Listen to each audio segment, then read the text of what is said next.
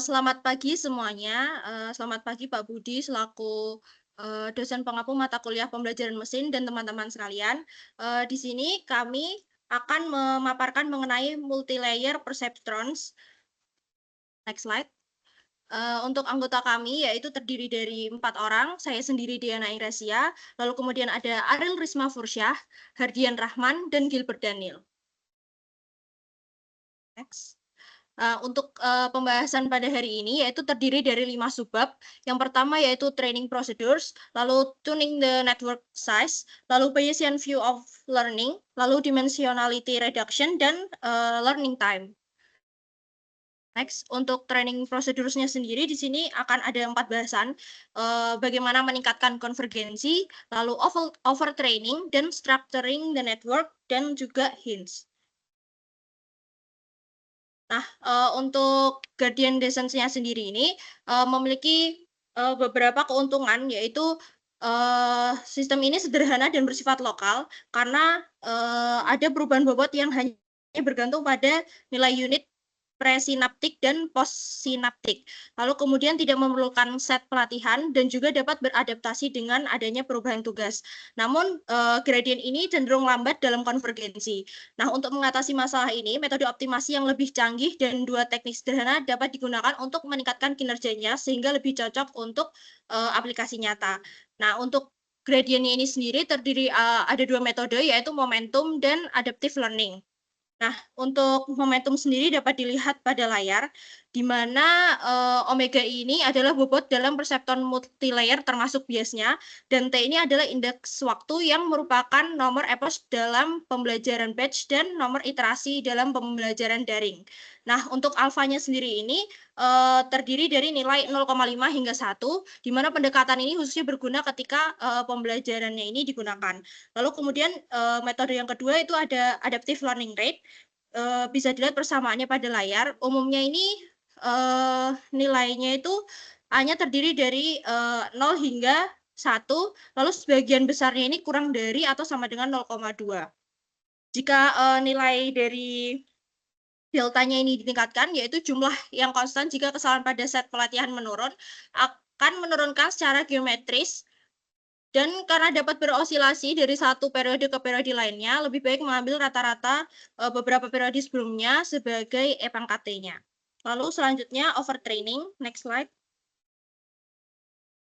Jadi, overtraining ini, jaringan saraf tiruan yang terdiri dari lapisan input, satu atau lebih lapisan tersembunyi, dan lapisan output, di mana setiap, neuronnya ini terhubung secara penuh menggunakan bobot yang disesuaikan. Lalu, MLP ini menggunakan fungsi aktivasi nonlinear untuk memodelkan hubungan kompleks antara input dan output. Lalu kemudian next slide. Jadi di overtraining ini, terdapat kompleksitas ruang, di mana dapat dilihat pada layar, itu ada kompleksitas ruang dan waktu pelatihan. Nah, penjelasan dari persamaan di atas, di mana D itu merupakan dimensi input, lalu K adalah jumlah unit keluaran, dan H adalah jumlah unit tersembunyi, atau parameter yang dapat disesuaikan. Lalu, selanjutnya akan dilanjutkan oleh rekan saya. Oh, baik, sebelumnya perkenalkan nama saya Muhammad Arlis Mafrisa. Di sini saya akan melanjutkan untuk presentasi di bagian structuring the network. Yang mana, di sini, terdapat sebuah gambar, yang mana pada gambar itu menjelaskan struktur multilayer perception atau MPL dalam sebuah jaringan syaraf tiruan, yang digunakan untuk mendeteksi fitur lokal dalam visual data seperti tepi, sudut, atau pola lain dalam penglihatan komputer. Nah, dalam struktur ini, setiap unit tersembunyi atau hidden unit itu tidak terhubung langsung ke semua unit input, tetapi hanya ke area tertentu di bawahnya. Pendekatan ini bertujuan untuk menangkap pola atau fitur lokal dalam data. Kemudian setiap lapisan dalam jaringan ini, juga memiliki peran yang spesifik. Lapisan tersembunyi pertama memeriksa fitur dasar seperti tepi pada gambar, kemudian, lapisan tersembunyi berikutnya kemudian menggabungkan fitur dasar ini menjadi pola yang lebih kompleks. Kemudian pendekatan ini tuh mirip dengan jaringan syaraf konvolusi atau CNN, di mana setiap unit dalam lapisan tersembunyi itu dianggap melakukan konvolusi pada inputnya. CNN memungkinkan jaringan untuk mengenali pola yang lebih kompleks dan abstrak pada tingkat yang lebih tinggi, memperluas jaringan dalam mengenali objek. Bisa di next. Kemudian, untuk selanjutnya juga, ada sebuah gambar, yang mana pada gambar ini tuh menjelaskan konsep mengenai pembagian bobot dalam jaringan syaraf tiruan atau neural network. Yang mana dalam weak sharing, unit-unit berbeda memiliki koneksi ke input yang berbeda, tetapi berbagi nilai bobot yang sama. Hal ini mengurangi jumlah parameter dalam jaringan. Misalnya dalam pengenalan visual, fitur seperti tepi dapat muncul di berbagai posisi dalam ruang input. Dan alih-alih mendefinisikan unit-unit tersembunyi independen untuk setiap fitur di lokasi yang berbeda, kita bisa menggunakan salinan unit yang sama di berbagai posisi. Bisa di next. Nah, selanjutnya ada hints, yang mana hints ini tuh menjelaskan tentang pentingnya petunjuk dalam melatih jaringan syaraf tiruan, terutama untuk meningkatkan efisiensi pelatihan. Hints sendiri itu merupakan informasi tambahan mengenai struktur data yang dapat membantu jaringan belajar lebih cepat. Salah satu contohnya petunjuknya ada invariance, yaitu kemampuan jaringan untuk mengenali objek yang sama meskipun mengalami transformasi seperti rotasi, translasi, atau skala. Misalnya pada gambar itu eh, huruf A tetap dikenal sebagai huruf A meskipun diputar atau dipindahkan. Yang mana Hints membantu untuk mengatur struktur jaringan dengan lebih baik, terutama dengan berbagi bobot yang lebih sedikit. Bisa di next. Nah, untuk selanjutnya yaitu ada jenis-jenis hints dan penerapannya. Yang pertama yaitu ada virtual example, yang mana hints itu dapat digunakan untuk membuat contoh virtual dengan mengetahui bahwa objek memiliki invariansi terhadap skala. Nah, kita bisa membuat beberapa salinan dari data pelatihan dengan skala yang berbeda. Untuk yang kedua yaitu ada pre-processing for invariance, yang mana beberapa hints itu dapat diterapkan sebagai tahap pra-pemrosesan, seperti memusatkan dan menormalkan ukuran input karakter. Kemudian yang ketiga yaitu ada structural hints, yang mana eh, seperti berbagi bobot dapat membantu jaringan untuk menangani perubahan kecil dalam input seperti translasi dan rotasi. Kemudian yang terakhir yaitu ada modified error function, yang mana hints dapat dimasukkan ke dalam fungsi kesalahan dan menambahkan penalti seperti target drop untuk memungkinkan pembelajaran yang tahan terhadap perubahan kecil pada input. Baik, untuk slide selanjutnya dilanjutkan oleh rekan saya. Baik, sebelumnya perkenalkan, nama saya Ardian Rahman. Di sini saya akan melanjutkan materi yaitu tuning the network size. Tuning the network size ini untuk menemukan ukuran jaringan yang optimal pada pendekatan yang paling umum. Untuk mencoba berbagai arsitektur, melatih semuanya pada set pelatihan dan memilih yang terbaik dalam generasi ke set validasi.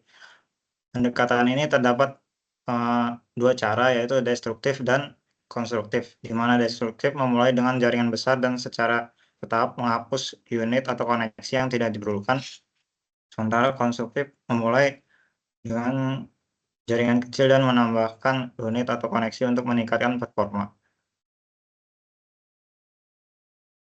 Metode destruktif yang pertama, penurunan bobot atau weight decay, yaitu menghilangkan koneksi yang bobotnya mendekati nol untuk menyederhanakan jaringan.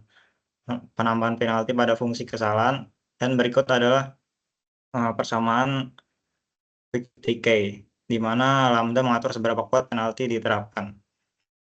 Efek pada penyederhanaan jaringan, yaitu jaringan sederhana memiliki generasi yang lebih baik pada set validasi. Yang kedua, bobot yang tidak penting didorong mendekati nol.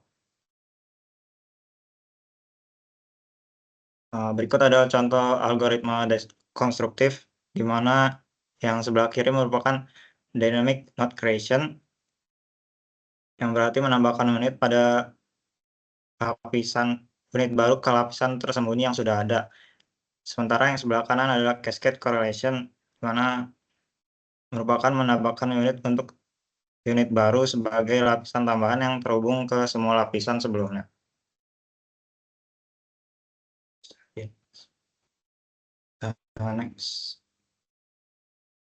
Next.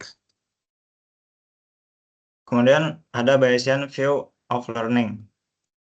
Pendekatan Bayesian dalam melatih jaringan saraf mempertimbangkan parameter yaitu bobot koneksi WI sebagai variabel acak yang diambil dari distribusi awal PWI dan menghitung probabilitas posterior berdasarkan data.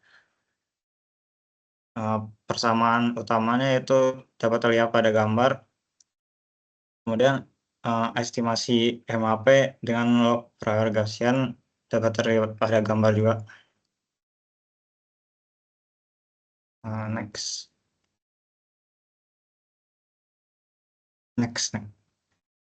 Kemudian ada regulasi dan ridge regression. Sebelum ini merupakan pendekatan untuk menghilangkan parameter yang tidak perlu. Ini juga dikenal sebagai regression ridge atau ridge regression dalam statistik.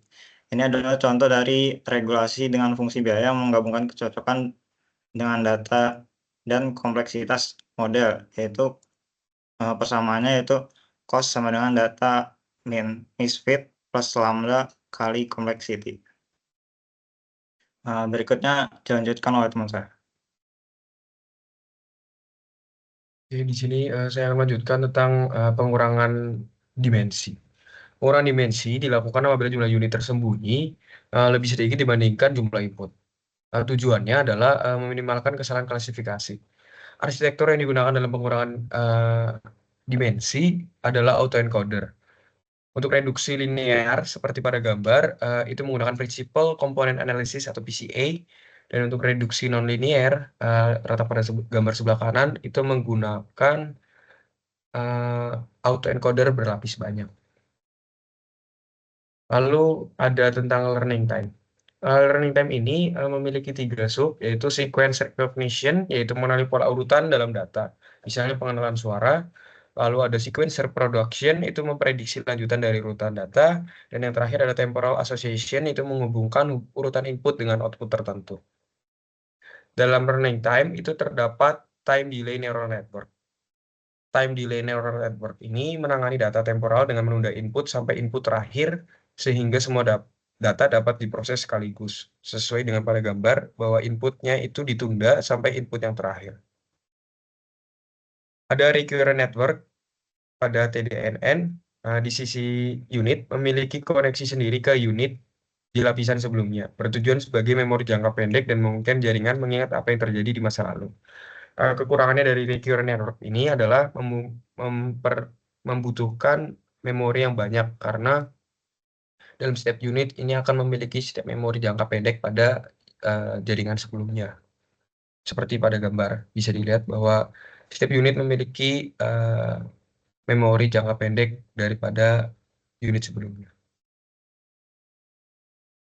Mungkin sekian terkait presentasi kami. Terima kasih, semoga bermanfaat.